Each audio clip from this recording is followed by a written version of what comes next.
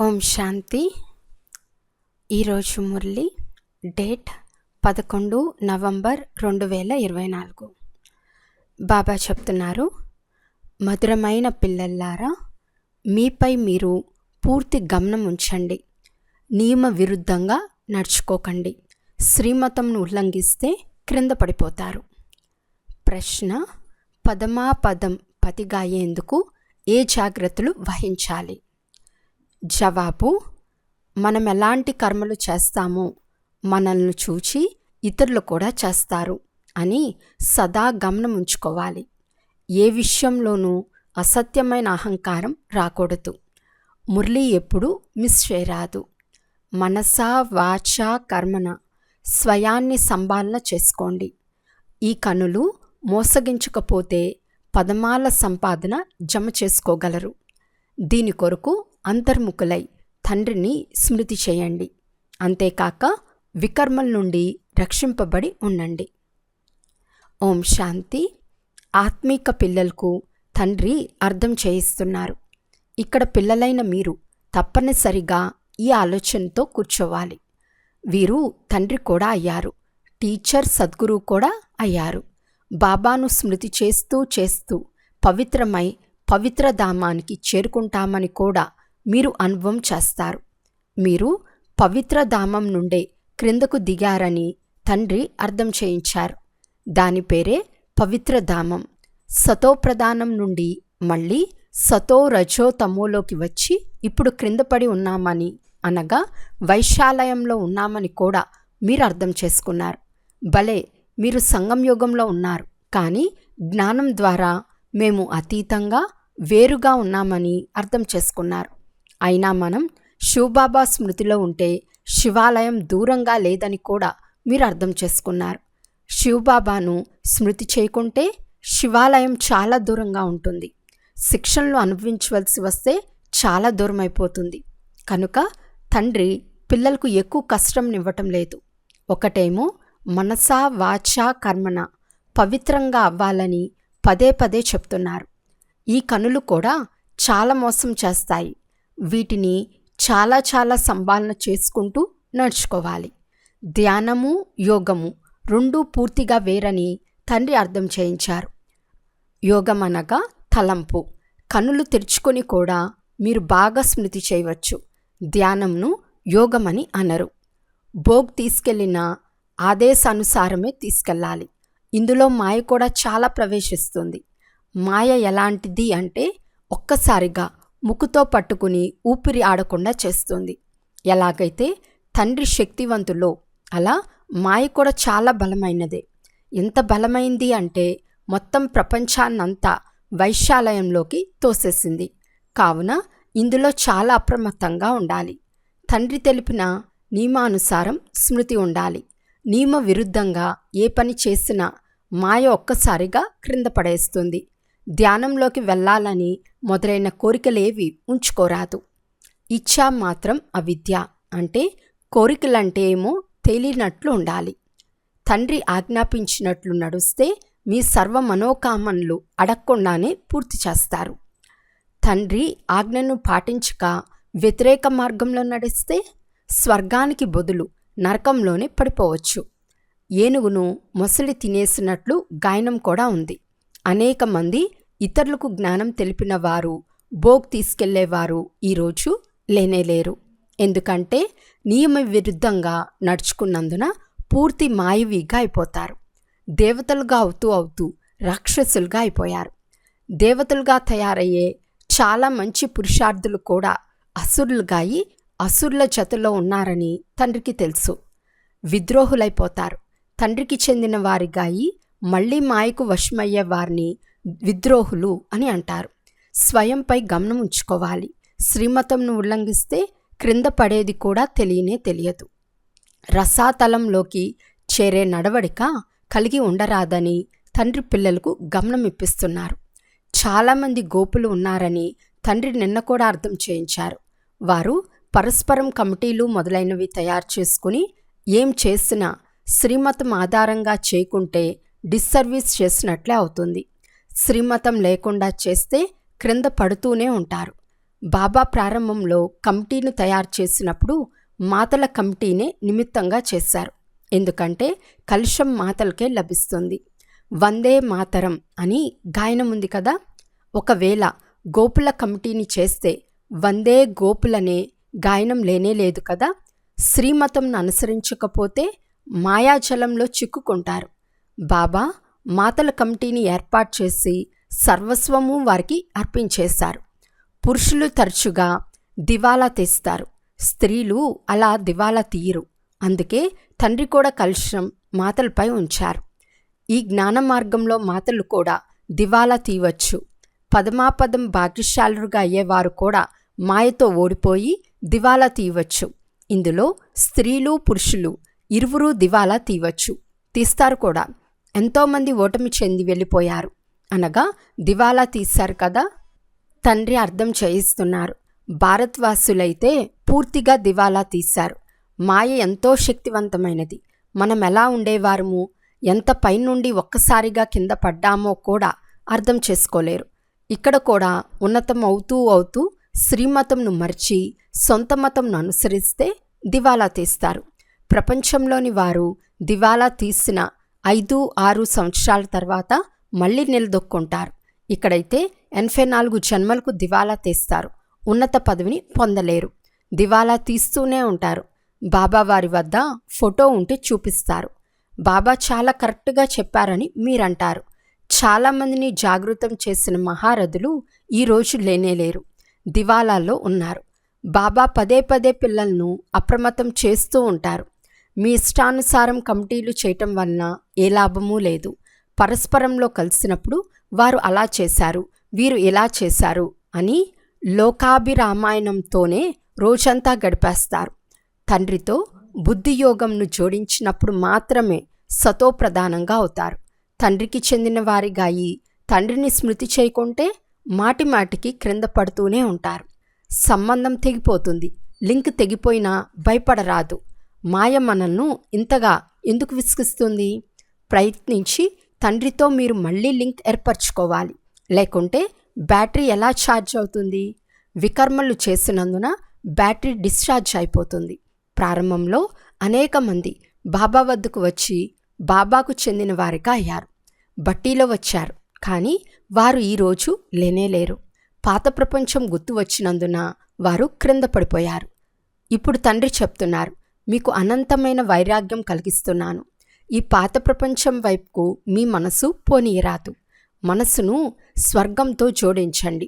ఇలాంటి లక్ష్మీనారాయణులుగా అవ్వాలి అంటే శ్రమించవలసి వస్తుంది. బుద్ధియోగం ఒక్క తండ్రితోనే ఉండాలి. పాత ప్రపంచంపై వైరాగ్యం రావాలి. సుఖధామం శాంతిధామాలను స్మృతి చేయండి. వీలైనంత ఎక్కువగా లేస్తూ కూర్చుంటూ నడుస్తూ తండ్రిని స్మృతి చేయండి. ఇది చాలా సులభం. నరుడి నుండి నారాయణునిగా అయ్యేందుకు మీరిక్కడికి వచ్చారు. ఇప్పుడు తమోప్రధానం నుండి సతోప్రధానంగా అవ్వాలి అని అందరికీ అర్థం చేయించాలి. ఎందుకంటే ఇప్పుడు తిరిగి ప్రయాణం జరుగుతుంది. ప్రపంచ భూగోళం చరిత్ర పునరావృతం అవుతుంది. అనగా నరకం నుండి స్వర్గం, మళ్ళీ స్వర్గం నుండి నరకం, ఈ చక్రం తిరుగుతూనే ఉంటుంది. తండ్రి చెప్తున్నారు, ఇక్కడ స్వదర్శన చక్రధారులై కూర్చోండి. మనం ఎన్నోసార్లు చక్రంలో తిరిగాము. ఇప్పుడు మళ్ళీ మనం దేవతలుగా అవుతున్నాము. ప్రపంచంలోని వారెవ్వరికీ ఈ రహస్యం తెలియదు. ఈ జ్ఞానం దేవతలకు లేనే లేదు. ఎందుకంటే వారు పవిత్రులు. శంకును పూర్తించేందుకు వారిలో జ్ఞానమే లేదు. వారు పవిత్రులు. వారికి అలంకారాలు ఇచ్చే అవసరమే లేదు. ఇరువురూ కలిసి ఉన్నప్పుడే ఈ గుర్తులుంటాయి. మీకు కూడా ఈ గుర్తులు లేవు. ఎందుకంటే ఈరోజు దేవతలుగా అవుతూ రేపటి రోజు అసురులుగా అవుతారు. తండ్రి దేవతలుగా చేస్తారు, మాయ అసురులుగా చేస్తుంది. తండ్రి అర్థం చేయించినప్పుడు మా స్థితి నిజంగా దిగజారిపోయిందని అర్థమవుతుంది. పాపం ఎంతోమంది తెలియక శివబాబా ఖజానాలో జమ చేసుకుంటూ వాటిని మళ్ళీ వాపస్ అడిగి అసురులుగా అయిపోతారు. ఇందుకు కారణం యోగం తక్కువగా ఉండటమే. యోగం ద్వారానే పవిత్రంగా అవ్వాలి. ఓ బాబా రండి, మేము స్వర్గంలోకి వెళ్ళగలుటకు మమ్మల్ని పతితుల నుండి పావనంగా చేయమని తండ్రిని పిలుస్తారు. పావనంగా అయి ఉన్నత పదవి పొందేందుకు స్మృతి యాత్ర చేయాలి. కానీ కొంతమంది నడుస్తూ నడుస్తూ మరణిస్తారు. అలా మరణించిన వారు కూడా ఈ జ్ఞానాన్ని కొద్దిగా విని ఉండినా శివాలయంలోకి తప్పకుండా వస్తారు. ఏదో ఒక పదవి లభిస్తుంది. ఒక్కసారి స్మృతి చేసినా స్వర్గంలోకి తప్పకుండా వస్తారు. కానీ ఉన్నత పదవిని పొందలేరు. స్వర్గం పేరు విని సంతోషించాలి. ఫెయిల్ అయి చిన్న పదవిని పొందుకోవటంలో సంతోషపడరాదు. అలా నేను నౌకర్నే అనే ఫీలింగ్ వస్తుంది కదా. చివర్లో స్వర్గంలో ఏ పదవి పొందుతారో మీకు అన్ని సాక్షాత్కారాలు అవుతాయి. మాకీ దుస్థితి కలిగినందుకు మేము ఏ వికర్మలు చేశాము? నేను మహారాణిగా ఎందుకు కారాదు? అడుగడుగునా అప్రమత్తంగా నడుచుకుంటేనే మీరు పదమాపదం పతులుగా అవ్వగలరు. మందిరాల్లో దేవతలకు పదమాలను గుర్తుగా చూపిస్తారు. పదవుల్లో హోదాల్లో తేడా వస్తుంది. ఈరోజు రాజులకు ఎంత ఆడంబరం ఉంది, అది అల్పకాలికమైనదే. సదాకాలానికి రాజులుగా అవ్వలేరు. అందువలన మీరు లక్ష్మీనారాయణులుగా అవ్వాలి అంటే పురుషార్థం కూడా అలా చేయాలని తండ్రి చెప్తున్నారు. మేము ఎంతమందికి కళ్యాణం చేస్తున్నాము? అంతర్ముఖులై ఎంత సమయం తండ్రిని స్మృతి చేస్తున్నాము? ఇప్పుడు మనం మన మధురమైన ఇంటికి వెళ్తున్నాము. మళ్ళీ సుఖధామంలోకి వస్తాము. ఈ విధమైన జ్ఞానమదనం లోపల జరుగుతూ ఉండాలి. తండ్రిలో జ్ఞానం యోగం రెండూ ఉన్నాయి. మీలో కూడా ఉండాలి. శివబాబా మమ్మల్ని చదివిస్తున్నారని గుర్తుంచుకుంటే జ్ఞానయోగాలు రెండూ జరుగుతాయి. జ్ఞానయోగాలు రెండూ జతలో నడుస్తాయి. అంతేగాని యోగంలో తండ్రిని స్మృతి చేస్తూ జ్ఞానం మర్చిపోరాదు. తండ్రి యోగంను నేర్పిస్తే జ్ఞానంను మర్చిపోతారా? మొత్తం జ్ఞానమంతా వారిలో ఉంది. పిల్లలైన మీలో కూడా జ్ఞానం ఉండాలి. చదువుకోవాలి. నేనెలాంటి కర్మలు చేస్తానో నన్ను చూచి ఇతరులు కూడా అలాంటి కర్మలు చేస్తారు. నేను మురళి చదవకుంటే ఇతరులు కూడా చదవరు. మిథ్య అహంకారం వస్తే వెంటనే మాయ యుద్ధం చేస్తుంది. అడుగడుగునా తండ్రి నుండి శ్రీమతం తీసుకుంటూ ఉండాలి. లేకుంటే ఏదో ఒక వికర్మ జరుగుతూ ఉంటుంది. చాలామంది పిల్లలు తప్పులు చేసి తండ్రికి వినిపించరు. దీనివలన సర్వనాశనం అవుతారు. నిర్లక్ష్యం చేసినందున మాయ చెంపదెబ్బ వేస్తుంది. పైసాకు కొరగాకుండా చేసేస్తుంది. అహంకారంలోకి వచ్చినందున మాయ చాలా వికర్మలు చేయిస్తుంది. పురుషులు కమిటీలు తయారు చేయమని బాబా ఏమైనా చెప్పారా? కమిటీలో ఒకరిద్దరు తెలివైన అక్కయ్యలు తప్పనిసరిగా ఉండాలి. వారి సలహా ప్రకారమే పని జరగాలి. కలశం లక్ష్మీపైనే ఉంచుతారు కదా. అమృతం త్రాగిస్తున్న యజ్ఞంలో విఘ్నాలు వేస్తూ ఉంటారనే గాయనం ఉంది. అనేక ప్రకారాల విఘ్నాలు కలగచేసి వారుంటారు. రోజంతా లోకాభిరామాయణం మాట్లాడుతూనే ఉంటారు. ఇది చాలా చెడ్డది. ఏదైనా విషయం ఉంటే తండ్రికి రిపోర్ట్ ఇవ్వాలి. తండ్రి ఒక్కరు మాత్రమే సర్దిద్దగలరు, అనగా బాగు చేయగలరు. మీరు మీ చేతుల్లోకి చట్టం తీసుకోకండి. మీరు తండ్రి స్మృతిలో ఉండండి. అందరికీ తండ్రి పరిచయం ఇస్తూ ఉంటే ఇలా తయారవుతారు. మాయ చాలా కఠినమైనది. ఎవ్వరినీ వదిలిపెట్టదు. సదా తండ్రికి సమాచారం తెలుపుతూ ఉండండి. ఆదేశాలు తీసుకుంటూ ఉండాలి. ఆదేశాలు సదా లభిస్తూనే ఉంటాయి. బాబాయే స్వయంగా ఈ విషయాన్ని అర్థం చేయించారు. కావున బాబా అంతర్యామి అని పిల్లలు అనుకుంటారు. కానీ అలా నేను అంతర్యామిని కాను. నేను జ్ఞానాన్ని మాత్రమే చదివిస్తానని బాబా అంటున్నారు. ఇందులో అంతర్యామి మాటే లేదు అని బాబా అంటారు. కానీ మీరంతా నా పిల్లలే అని నాకు తెలుసు. ప్రతి శరీరంలో నా పిల్లలు ఉన్నారు. అంతేకాని అందరిలో తండ్రి విరాజమానమై లేరు. మానవులంతా ఉల్టాగానే అర్థం చేసుకున్నారు. తండ్రి చెప్తున్నారు, అందరి సింహాసనాలపై ఆత్మ విరాజమానమై ఉందని నాకు తెలుసు. ఇది చాలా సహజమైన విషయం. చైతన్యమైన ఆత్మలన్నీ వాటి వాటి సింహాసనాలపై కూర్చుని ఉన్నాయి. కానీ పరమాత్ముడు సర్వవ్యాపి అని మనుషులు అంటారు. ఇది చాలా పెద్ద పొరపాటు. ఈ కారణంగానే భారతదేశం ఎంతో దిగజారిపోయింది. తండ్రి చెప్తున్నారు, మీరు నన్ను చాలా గ్లాని చేశారు, నిందించారు. విశ్వానికి అధికారులుగా చేసే తండ్రిని మీరు నిందించారు. అందుకే యదా యదాహి అని తండ్రి చెప్తున్నారు. విదేశీయులు భారతీయుల నుండే ఈ సర్వవ్యాపీ జ్ఞానాన్ని నేర్చుకున్నారు. ఎలాగైతే భారతవాసులు వారి నుండి నైపుణ్యం అంటే టెక్నిక్స్ నేర్చుకుంటారో అలా వారు మన నుండి ఉల్టా జ్ఞానాన్ని నేర్చుకుంటారు. మీరు ఒక్క తండ్రినే స్మృతి చేయాలి. అంతేకాక తండ్రి పరిచయంను కూడా అందరికీ ఇవ్వాలి. మీరు గుడ్డివారికి ఊతకర్ర లాంటివారు.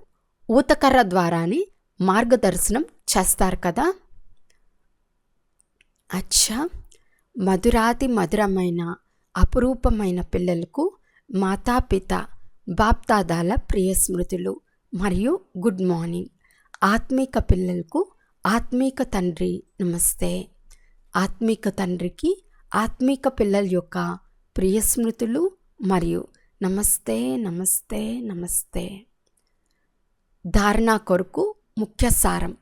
ఫస్ట్ పాయింట్, ప్రతి కార్యము తండ్రి ఆజ్ఞానుసారం చేయాలి. ఎప్పుడూ శ్రీమతంను ఉల్లంఘించరాదు. అప్పుడే మీ మనోకామనలన్నీ అడగకుండానే పూర్తవుతాయి. ధ్యానము సాక్షాత్కారములు కావాలనే కోరికను ఉంచుకోరాదు. ఇచ్చా మాత్రం అవిద్యగా అవ్వాలి. సెకండ్ పాయింట్, పరస్పరం కలిసి పరచింతన చేయరాదు. అంతర్ముఖులై ఎంత సమయం బాబా స్మృతిలో ఉన్నాము, లోపల జ్ఞానమదనం జరుగుతోందా అని స్వయాన్ని పరిశీలించుకోవాలి. వరదానము, ప్రతి ఆత్మ యొక్క సంబంధ సంపర్కంలోకి వస్తూ అందరికీ దానమిచ్చే మహాదాని వరదాని భవ. రోజంతట్లో ఎవరు మీ సంబంధ సంపర్కంలోకి వచ్చినా వారికి ఏదో ఒక శక్తిని, జ్ఞాన పాయింట్ను, గుణాన్ని దానమివ్వండి. మీ వద్ద జ్ఞాన ఖజానా కూడా ఉంది. అంతేకాక శక్తులు మరియు గుణాల ఖజానా కూడా ఉంది. కనుక ఏ ఒక్కరోజు కూడా దానమివ్వకుండా ఖాళీగా వెళ్ళిపోరాదు. అప్పుడు మహాదాని అని అంటారు. దానానికి ఆత్మీక అర్థం సహయోగంనివ్వటం.